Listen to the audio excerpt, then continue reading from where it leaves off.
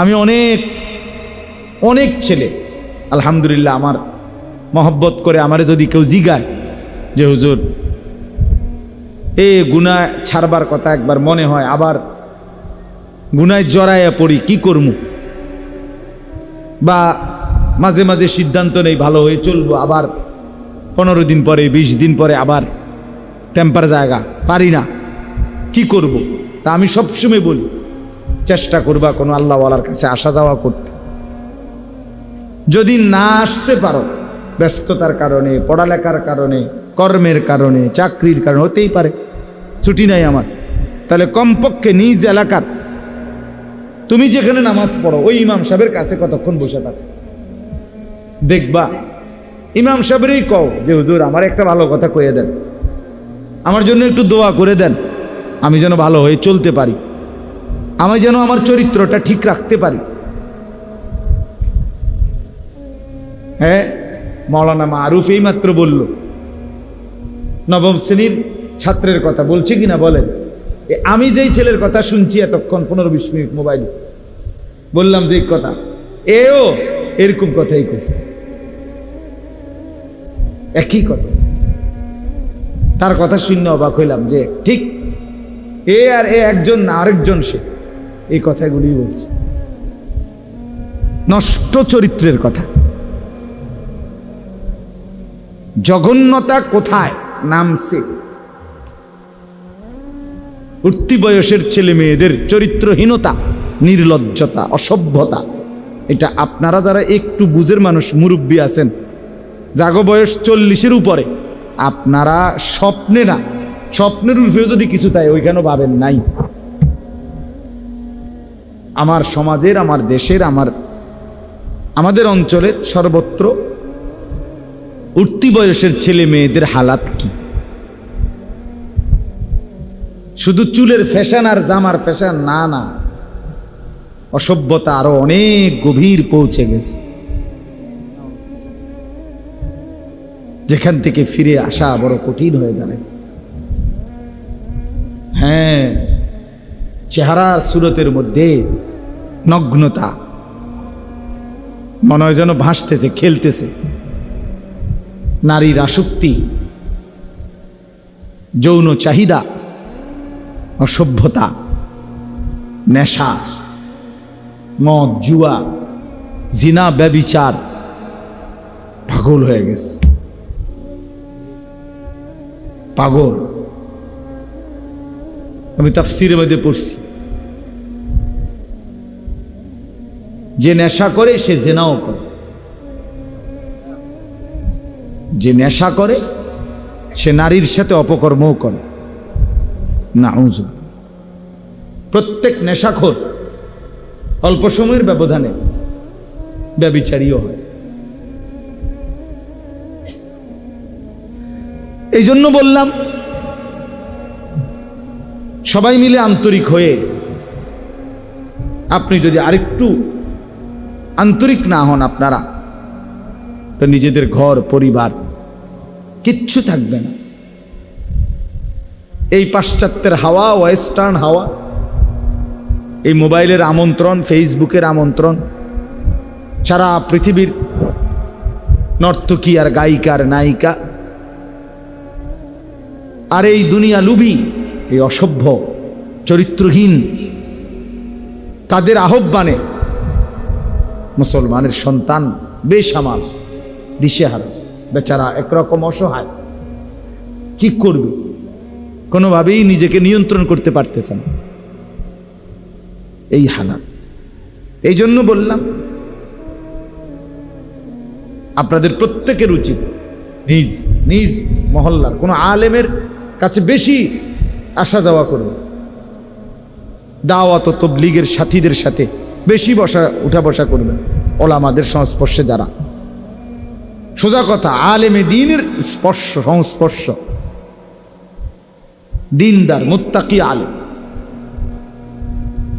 সদবদর হুজুর হলে হইতো না, আবার মোবাইল টিফিন না হুজুর, আবারটা নিজে সারাদিন মোবাইল টিপে পাং পুং তাং ফাং করে, এসব সদর বদর হলে হইতো না, আবার ভালো হুজুর হইতো। বুঝেন নাই কথাটা? বলে চিনবো কেমন? আপনি দেখলেই চিনবেন, আমনে এই যে বাজারে ফসা মাছ বেছে এই বাজারে ভালো মাছ বেছে, কথা বলেন না কেন? যেই বাজারে আপনার ভেজাল চাল বেছে এনে ভালো চাইলো আছে। আপনি যেই বুদ্ধিমান একটু বিচক্ষণতা খাটায়, বিবেক বুদ্ধি খাটায়, সে ঠিকই বের করতে পারে। এখানেও পারবেন, এটা কঠিন কিচ্ছু না। আল্লাহ তাআলা কোরআনুল কারীমের মধ্যে বলছে, আল্লাহকে ভয় করলে, গুনাহ থেকে বাঁচবার সিদ্ধান্ত নিলে আমি আল্লাহই তোমার অন্তরে একটা ফুরকান, পার্থক্য করার মতো শক্তি, একটা আলো তোমার অন্তরের ভিতরে আমি দিয়ে দেব। ইন তাত্তাকুল্লাহা ইয়াজআল লাকুম ফুরকানা। আল্লাহ তাআলা, তুমি যদি আল্লাহকে ভয় করো, গুনাহ ছেড়ে দাও, মজবুত সিদ্ধান্ত নাও যে আমি নাফরমানির রাস্তা ছেড়ে দেব, কিন্তু কিভাবে ছাড়বো, নেক কাজ করব, আমি কিভাবে করব, এমন একটা দরকার যদি তোমার হয়, আল্লাহ বলেন ইয়াজআল লাকুম ফুরকানা, আল্লাহই তোমাদের জন্য দিয়ে দিবেন ফুরকান, পার্থক্য করার মতো যোগ্যতা, শক্তি, এমন একটা ভেতরের স্পিরিট, এমন একটা শক্তি আল্লাহ দিবে। এটা দিয়েই তোমার অন্তরেই তোমার দিল বলে দিবে কোনটা হক কোনটা না হক, কোনটা ভালো কোনটা মন্দ, কোন কথাটা ভালো কথা কোন কথাটা মন্দ কথা। আপনি বুঝেন না, কথা বলেন না কেন? কোনটা হাসি কোনটা কান্না আপনারা বোঝেন না? কোনটা ভালো মানুষের হাসি কোনটা সিটারের হাসি, বাটফারের হাসি আপনারা বোঝেন না? কথা বলেন। মানুষ তো বুঝে, যেই কোনো মানুষই বুঝে, এটা তো সহজ বিষয়। এই জন্য আমরা প্রত্যেকেই, আমি মারুফের কথা বলতে গিয়ে কথাগুলো বললাম, আমি খুব লম্বা করতে চাই না, রাত হয়েছে অনেক, আলহামদুলিল্লাহ তার বয়ানও আপনারা শুনছেন। আমার প্রথম কথা হইল এই, আপনাদের কাছে অনুরোধ করছি, প্রত্যেকেই স্থানীয় ওলামা, ইমাম, খতিব, তাদের সাথে সম্পর্ক বাড়াবেন। বুঝিনি আমার কথাটা কোনছে? ইনশাআল্লাহ বাড়াবেন, ইনশাআল্লাহ, ইনশাআল্লাহ বেশি বসবেন, ওনারই কইবেন, ইমাম সাহেব হুজুর আমারে দুইটা কথা কন, একটা কথা কন, একটা মিনিটে বলেন। হাদিসের মধ্যে আছে, বহু সাহাবী এরকম নবীজির কাছে আসছে, আয়েশা বলছে ইয়া রাসূলুল্লাহ আমারে একটা কথা কইয়া দেন। নবীজি এক কথা বলছে, ওয়াজ শেষ, লা তাগদাব। একজনকে কইছে রাগ করিও না, খালাস ওয়াজ শেষ। ওয়াজ কি করছে কদ্দুর, এই কথাইটাই ওয়াজ, যে লা তাগদাব, কি করিও না। আরেকজনে বলছে আমি সারাক্ষণ করতে চাই এমন একটা আমল কর, বলছে লা ইয়াজালু লিসানুকা রাতবান বিযিকরিল্লাহ, আল্লাহ তাআলার জিকির দিয়া জিহ্বা ভিজায়া রাখবা, যাও, এটাই ওয়াজ, খালাস। এই এক সাহাবীকে বলছে গোটা ইসলাম মানতে চাও তুমি, আমি তোমার একটা পদ্ধতি কই। নবীজি বলছে ওই সাহাবীকে, আমি তোমার একটা বুদ্ধি কই, যে এই বুদ্ধিতে গোটা ইসলাম মানা তোমার জন্য সহজ হয়ে যাবে। এটা বলি আমি। কেমন আছেন? আসেন একটু জায়গা করে দেন তো। আল্লাহ নবী সাল্লাল্লাহু আলাইহি ওয়াসাল্লাম বললেন, নবী সাল্লাল্লাহু আলাইহি ওয়াসাল্লাম কি বললাম, ওনাকে বললেন সাহাবীকে, যে গোটা ইসলাম মানা তোমার জন্য সহজ হবে এমন একটা বুদ্ধি কইতাম নি। বুঝছেন নি প্রশ্নটা? তো ওই সাহাবী বলল, বলেন ইয়া রাসূলুল্লাহ, বলেন আমাকে। তো নবীজি বললেন কুফা, মানে এই জিহ্বাটা টাই না, একটু বাইর করে আর কি। নবীজি জিহ্বায় হাত দিয়া বললেন, এভাবে আঙ্গুল লাগাইয়া বলে, কুফা লিসানাক, তুমি তোমার এই জিহ্বাটাকে নিয়ন্ত্রণ করো, খালাস। এই যে ওনার ওয়াজ শেষ। মানে এই যে এক কথায়, এক শব্দে, এক বাক্যে ওয়াজ হইতে পারে, এটা দেখলেন নি? ওনার এই ওয়াজ দিছে এক উদ্দুর কথা, শেষ। হযরতে আনাস রাদিয়াল্লাহু তাআলা আনহু, ওনাকে একদিন নবীজি বলছে, ইয়া বুনাইয়া, হে আমার প্রিয় সন্তান, তোমার একটা নসিহত করি। নবীজি ওনারে বলতেছে, ইন কাদারতা আন তুসবিহা ওয়া লাইসা ফি কলবিকা গিশশুন লি আহাদ ফাফআল। আনাস শোনো, আমার একটা ওয়াজ নসিহত শোনো। নবীজি বলতেছে, নবীজির খাদেম আনাস ইবনে মালিক বলতেছে যদি তুমি পারো প্রতিদিন সকালবেলা তোমার দিলটা এরকম বানাইবা যে কারো প্রতি তোমার কোনো বিদ্বেষ নাই, এমনটা যদি করতে পারো ফাফআল, তাহলে কইরো, এটাই তোমার জন্য কল্যাণ। এই আওয়াজ শেষ। ওনারা এর দূরে গেছে, কারো প্রতি দিলে কি রাখো না, বিদ্বেষ, স্থায়ী শত্রুতা জমায়ে রাখো, বিদ্বেষ রাখো, এভাবেই দিল বানাও।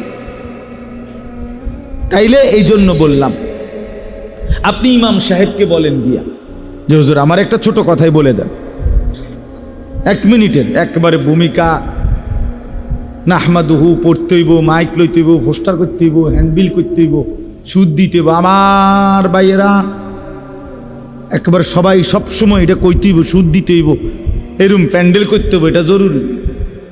কথা বলেন না কেন? আখেরাতের পথ পাওয়ার জন্য, আপনার আমার নাজাতের জন্য, জান্নাতে যাওয়ার জন্য এরম প্যান্ডেল বাধ্যতামূলক। সবসময় পোস্টার করতে হইব নাকি? দা এটাই বুঝাইতে চাইলাম। খেয়াল করবেন, ইনশাআল্লাহ দেখবেন লাভবান হইবে, ভালো হবে, নিজের পরিবর্তন হবে। আল্লাহ তাআলা আমাদেরকে তৌফিক দান করে। মাহে রমজান আমাদের কাছ থেকে বিদায় নিল, 1টি মাস পূর্ণ। আল্লাহ তাআলা আমাদেরকে অতিরিক্ত বিশেষ সারা বছরের স্বাভাবিক যা আমল ছিল আমাদের দায়িত্বে আল্লাহর পক্ষ থেকে, ইসলামের আমল, এগুলো তো চলমান ছিলই।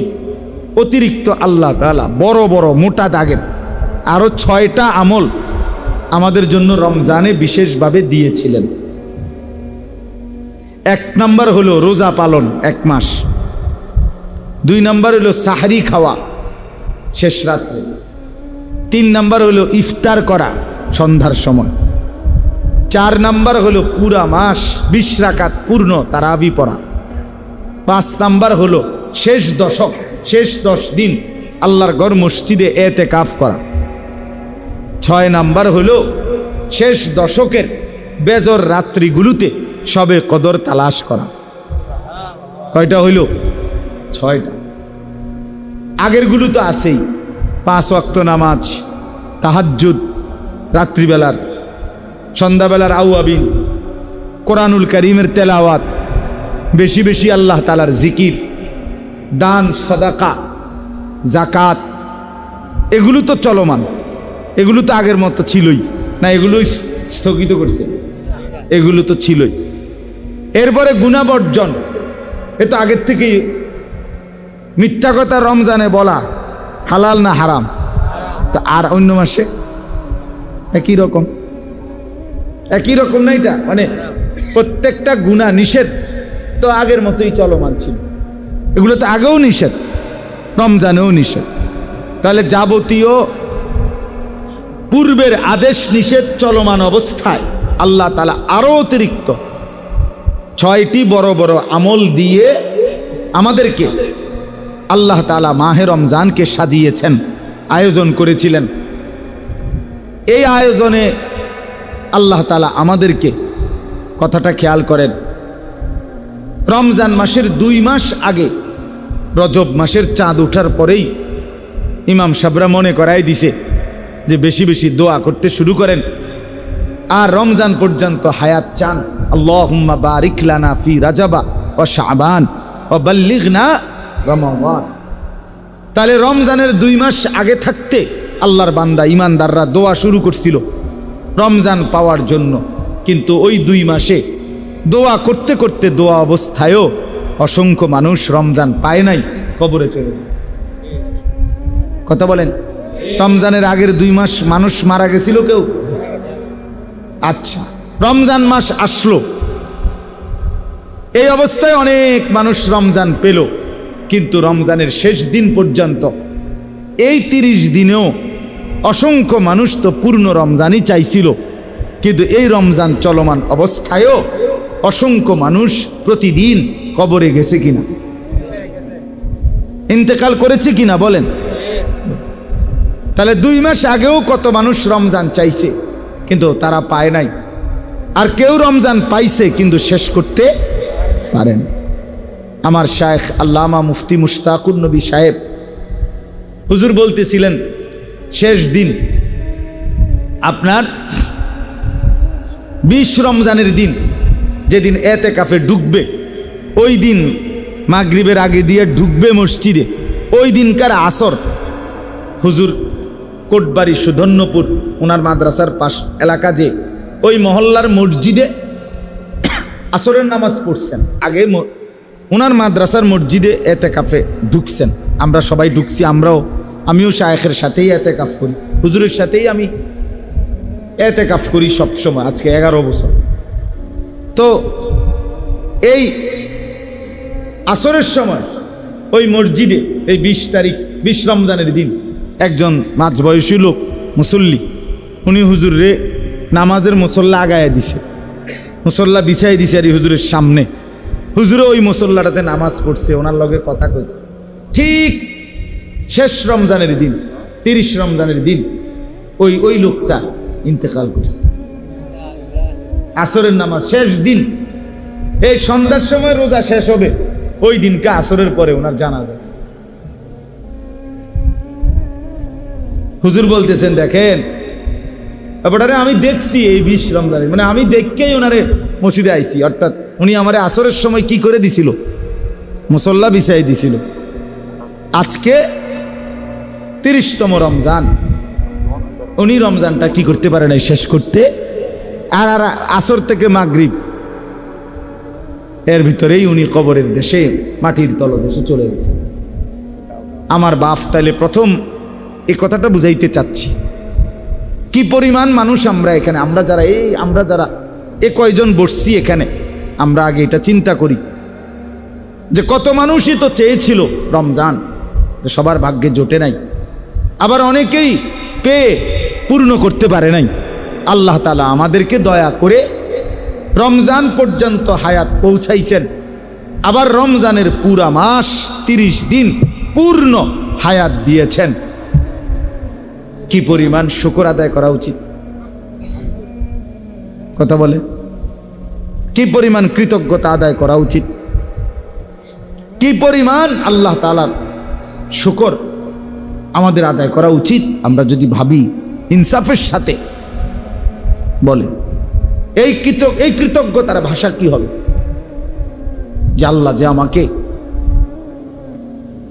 এতেকাফের মধ্যে জান্নাতের রাস্তা আছে কিনা, জান্নাতের রাস্তার সামান এগুলো, জান্নাতে যাওয়ার উপকরণ এগুলো, তাহলে এগুলো যে আল্লাহ তাআলা আমাকে তৌফিক দিলেন করবার, পালন করার, আমাদের কি পরিমাণ কৃতজ্ঞ হওয়া উচিত ছিল, কি পরিমাণ শুকর আদায় করা উচিত, এটা হলো দেখার বিষয়। এক নাম্বার একটা বিষয় গুরুত্বপূর্ণ। আর আরেকটা বিষয় হলো, আমি শুধু এই 2টা কথাই বলব, মাগরিব বাদ এই 2টা কথাই বলছি, এখনো বলতে চাই। আরেকটা বিষয় হলো এই 1 মাসের রমজান, তাহলে 1 নাম্বার হলো আমাদের শুকর আদায় করা উচিত, কৃতজ্ঞতা আদায় করা উচিত আল্লাহর প্রতি, কি পরিমাণ এত বড় রমজান পাওয়ার বরকতে, এটা আমরা ভাবা দরকার, ঠিক কি না বলেন? আর 2 নাম্বার হলো এটাই 1 নাম্বার, এটা শুকরটা দ্বিতীয়, যেটা মূল টার্গেট। আগের সবগুলো ইবাদতের সাথে রমজানে আল্লাহ তাআলা অতিরিক্ত আরো 6টি ইবাদত যোগ করে, এই যে 6টার নাম বলছি কিনা, রোজা, ইফতার, সাহারি, তারাবি, এতেকাফ, শবে কদরের তালাশ, কয়টা হইছে? এই 6টার আগের গুলো সহ একসাথ করে এই যে রমজান আমাদেরকে দিলেন, ইমানদার আমাদেরকে দিলেন, কেন দিলেন? আল্লাহ তাআলা স্পষ্ট কোরআনে এটা বলছেন যে আমি আল্লাহর টার্গেট, আমার চাওয়া, লাআল্লাকুম তাত্তাকুন, যেন তোমরা মুত্তাকি হতে পারো, যেন তোমাদের মধ্যে তাকওয়ার গুণ অর্জিত হয়, এই জন্য দিছিলাম। এখন বলেন 1 মাসের কোর্স তো শেষ হইল, ঔষধও খাইলেন, শরীরটার কি অবস্থা? এটা হলো দুনিয়াবি কথার ক্ষেত্রে আমরা বলি। একজন রুগী হসপিটালে ভর্তি হয়েছে, আজকে 1 মাস ধরে 6টা করে ওষুধ নিয়মিত খাচ্ছে, ডাক্তারের প্রেসক্রিপশন মতে যেমনে যেমনে কইছে। এখন 1 মাস পরে কেউ তারে দেখতে গিয়ে জিজ্ঞেস করতেছে এখন আপনার শরীরের কি অবস্থা, আগে যেরকম দেখে গেছিলাম এখন কেমন লাগতেছে? তো এই লোক বলতেছে আল্লাহর রহমতে, আপনাদের দোয়ায় আজকে 1 মাস লাগাতার ওষুধ খাওয়ার বরকতে আল্লাহর দয়ায় শরীরটাও আগের চাইতে ভালো, রোগটা কমে গেছে, কমে যাইতেছে। দোয়া করেন আল্লাহ যেন পূর্ণ সুস্থ করে। এরকম দুনিয়ার মানুষ বলে কিনা? তো আল্লাহ তাআলাও তো চাচ্ছিলেন রমজানের এই একটি মাস আমাদেরকে যে যেন তোমরা মুত্তাকি হতে পারো, তাকওয়ার গুণ অর্জিত হয় তোমাদের মধ্যে। তো ওইটার হালাত কি? 1 মাসের ঔষধ আপনি তো খাইলেন, 6টা আমল আরো অতিরিক্ত করিলেন, রমজান পালন করিলেন। এখন আপনার আমার তাকওয়ার কি অবস্থা? যেটা টার্গেট ছিল তাকওয়া অর্জন হবে, মুত্তাকি বানাবে, এটা কি হইল? এটা কদ্দুর কম। কথা বুঝছেন কি না? যেদিন ঈদের চাঁদ উঠল সেই মাগরিব থেকে আজকের এশা পর্যন্ত, ওই দিনকার মাগরিব আর এশা ওহেন্দের 2 ওয়াক্ত, গতকালকের 5 ওয়াক্ত, আজকের 5 ওয়াক্ত, তাহলে হলো মোট কয় ওয়াক্ত? 12 ওয়াক্ত। এই 12 ওয়াক্ত নামাজের হালাত বলে। এই 12 ওয়াক্ত নামাজের মধ্যে যেই ওয়াক্ত নামাজ যাদের ছুটে গেছে তার তাকওয়া কোথায়? কথা বলে। তাকওয়া মানে কি? আমার শায়েখ বলেন, কিতাবের মধ্যে লিখছে, হুয়া মালাকাতুন ফিল কলব। তাকওয়া হচ্ছে এই দিলের মধ্যে অর্জিত একটি যোগ্যতা। কিসের যোগ্যতা? যোগ্যতা হইল এমন একটি যোগ্যতা যেটার আসলে হলে তাকওয়া, যে এই যোগ্যতার বলে ওই ব্যক্তির জন্য গুনাহ ছেড়ে দেওয়া সহজ হয়, ইবাদত পালন করা সহজ হয়। এইটারে কয় তাকওয়া। এই যোগ্যতাটা আসা। রমজানের 1 মাসের টার্গেট ছিল এই যোগ্যতাটা আপনার মধ্যে আসবে। এই 6টা ওষুধ দিছে আপনারে, রোজা, ইফতার, সাহরি, তারাবি, এতেকাফ, সবে কদর, যেন আপনার মধ্যে ওই যোগ্যতাটা আসে, তাকওয়ার যোগ্যতাটা।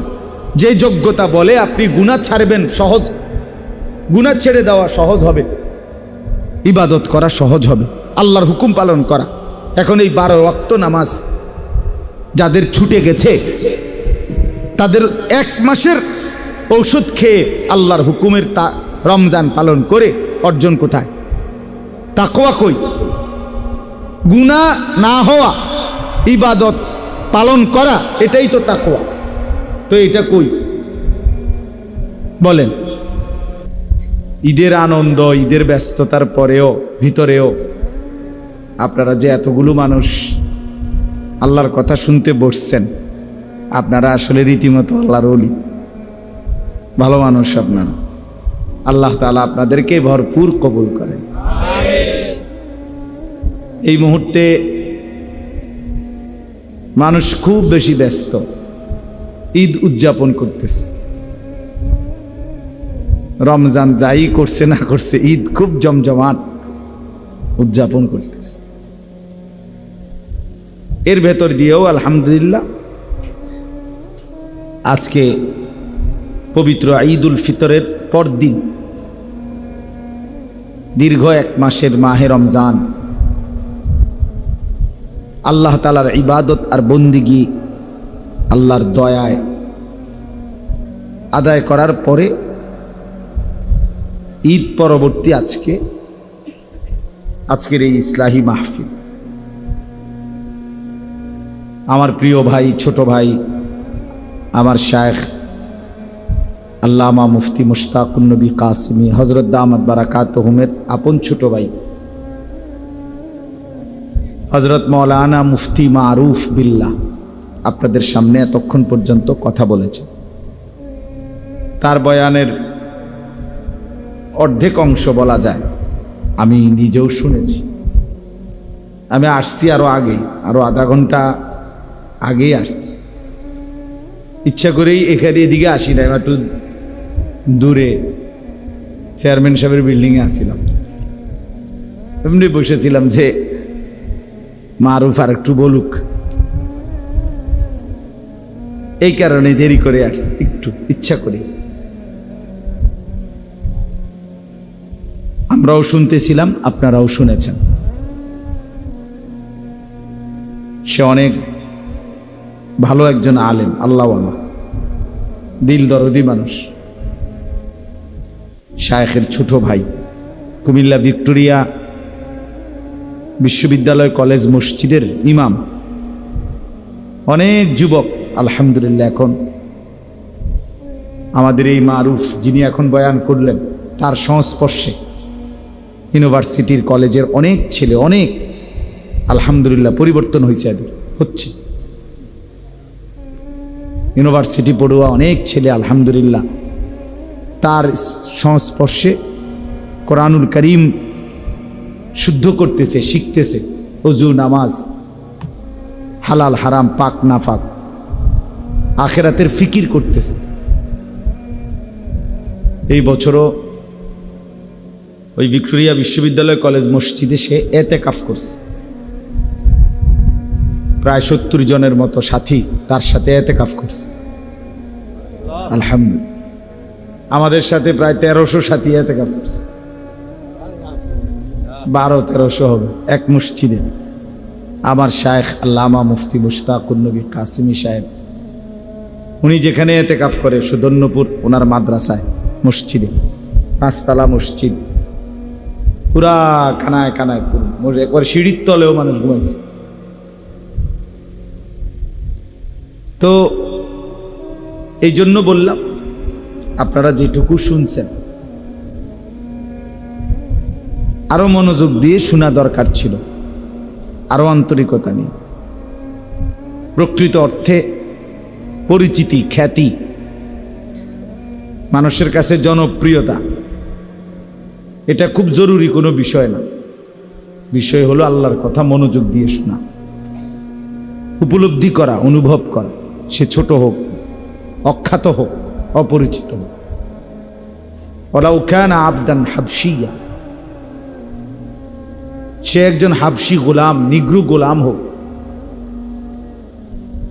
তার কথাও আল্লাহর কথা যদি হয়, আখিরাতের কথা যদি হয়, কোরআন সুন্নাহর কথা যদি হয়, মনোযোগ দিয়ে শোনা উচিত। আমাদের ভিতরে একটু মানসিকতা আছে, জনপ্রিয়তার একটা মোহ আছে, আমাদের আসক্তি, যে একটু পরিচিত হয়তো মনে করে যে ওনারটাই শুনুন। না, আসলে প্রত্যেক মসজিদের ইমাম সাহেবের কথার মধ্যে, আপনাদেরকে যারা জুমার বয়ান করে তাদের কথার মধ্যে হেদায়েত আছে, আপনাদের আখিরাতের পাথেও পুঁজি আছে। আপনাদের জন্যই ওনারা বলে, আখিরাতের কথাই বলে। ওযু, নামাজ, হালাল হারাম, পাক না পাক, করণীয় বর্জনীয়, এগুলোই বলে। এই জন্য বাস্তবিক অর্থে যার আখিরাত দরকার, পরকাল দরকার, তার উচিত নিজ নিজ মহল্লার ইমাম সাহেবের কথাও মনোযোগ দিয়ে শোনা। আমার খুলনার হজরত আরিফ বিল্লাহ হজরত মাওলানা মুফতি নুরুল আমিন সাহেব হজরত বলছেন, প্রত্যেক মসজিদের ইমাম মুয়াজ্জিন নিঃসন্দেহে আল্লাহওয়ালা। এবং হজরতের একটা দামি কথা আছে, প্রত্যেক এলাকার মানুষের হেদায়েতের জন্য, প্রত্যেক অঞ্চলের মানুষের আখিরাতের পথ প্রদর্শনের জন্য আল্লাহই ওই অঞ্চলের ইমাম আলেমদেরকে, ওই এলাকার আল্লাহই নির্ধারণ করেছেন, নির্বাচন করেছেন। একজনের পক্ষে সারা পৃথিবী শুধরানো সম্ভব? সম্ভব বলে? প্রতিদিন যদি 10,000 মানুষ মনে করেন আমার মুরিদ, এখন আমি 10,000 মানুষের দুনিয়ার যাবতীয় প্রশ্ন আমি উত্তর দিতে হইব, মনে করেন এটা যদি আমার দায়িত্ব হয়, আমাকেই যদি বাধ্যতামূলক করতে হয়, এগো ফোন যদি আমাকে রিসিভ করতে হয় ডেইলি, তো আর আমি ভাঞ্জাবি খুললে আটন লাগবে।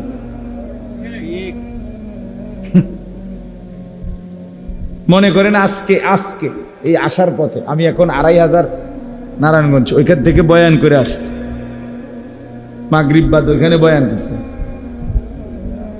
তো আসার পথে আমি একটা ফোন ধরছি, বরিশালের একটা ছেলে ফোন দিছে, তার কথাই আমার শুনতে হয়েছে 15-20 মিনিট।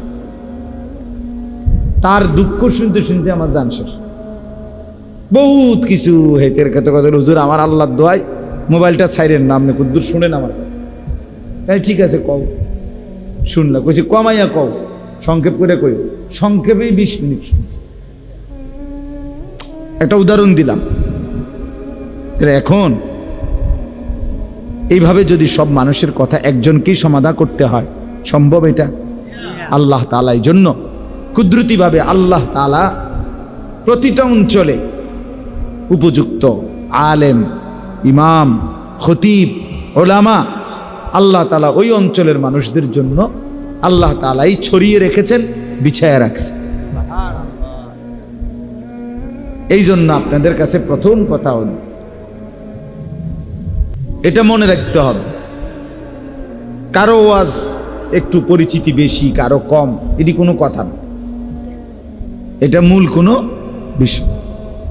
মূল বিষয় হলো আমার আখেরাতের পুঁজি আমার গ্রহণ করলাম কিনা, আমার আখেরাত সুন্দর হবে কিনা, আমি কবরে আযাব থেকে মাফ পাবো কিনা, আমি জাহান্নাম থেকে বাঁচবো কিনা। যদি এটা মানসিকতা হয়, তাহলে আপনার ইমামের কথার দ্বারাই, আপনার মসজিদের খতিবের কথার দ্বারাই আপনার জিন্দেগির পরিবর্তন হবে।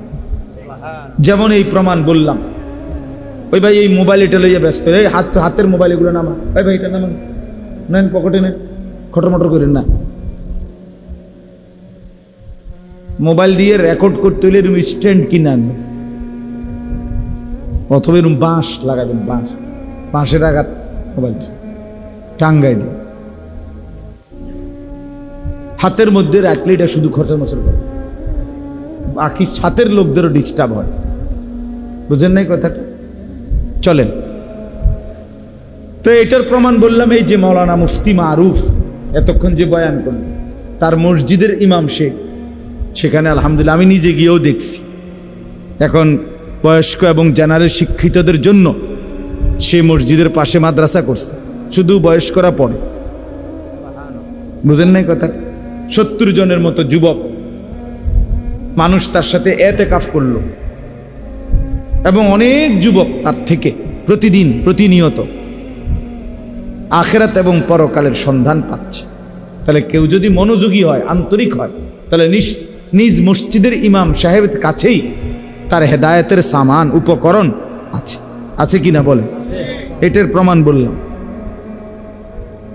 না। বক্তা হইতে হইব, জনপ্রিয় হইতে হইব, কারে আনলে লাড়া খাইব। বুঝেন না কথাটা? একেবারে মানসে মাছে গাছে একটা ফেস লাগিয়ে দেব, বুটে বাদামে বন, বিড়ি, সিগারেট, চা, বাতে মাছে একটা ফেস লাগিয়ে লাগছে। হ্যাঁ না, মাহফিল হয়েছে, তারা মানুষ হয়েছে, খালাস মানুষ হয়েছে তারার মাহফিল। তো এরপরে মানুষ হয়েছে তো বুঝছি, বন বিড়িও খুব বেচা হয়েছে, বুটমুড়িও বেচা হয়েছে খুব, কিন্তু পরিবর্তন কদ্দূর হয়েছে সেটা কোন কথা বোঝেন নাই? কথা তো ছিল এই, কথা তো ছিলই। পরিবর্তন হলো কোথায়? নামাজি বাড়ছে কয়জন? আখিরাতের ফিকির বাড়ছে কয়জন? চোখে পানি এসেছে কয়জনের? আল্লাহর ভয় তৈরি হয়েছে কয়জন? এটা বলে। এই জন্য আমি অনুরোধ করলাম, যে কয়জন বুঝছেন, যিনিই বুঝছেন, এটা মনে রাখবেন, প্রত্যেক অঞ্চলে আপনাদের এলাকার যারা ওলামায়ে কেরাম তাদেরকে কদর করবে। বলেন ইনশাআল্লাহ। নিজের ইমাম, নিজের মসজিদের মুয়াজ্জিন, নিজের মসজিদের খতিব, নিজ এলাকায় যে সমস্ত আলেমরা আছে ওনাদেরকে কদর করবে।